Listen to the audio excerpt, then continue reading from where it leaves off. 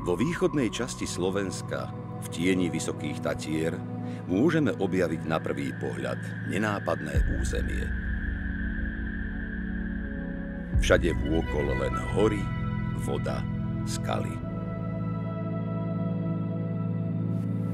A plynúci čas. Ten trpezlivo zbližoval a spájal ich nepoddajnosť do tajomnej krásy.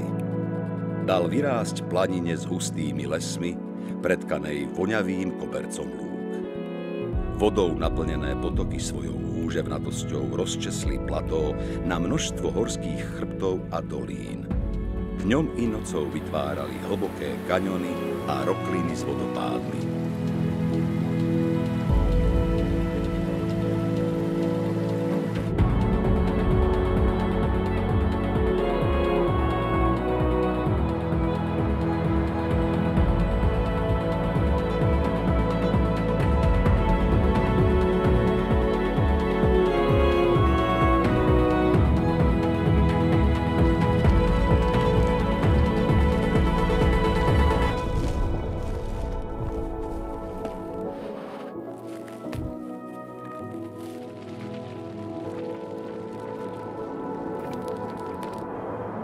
Slovenský raj.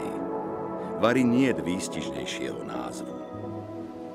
Ako prvý použili názov raj kartuziánsky mnísi, ktorí si v samom srdci tohto pohoria, na dnešnom kláštorisku, vybudovali v roku 1299 kláštor.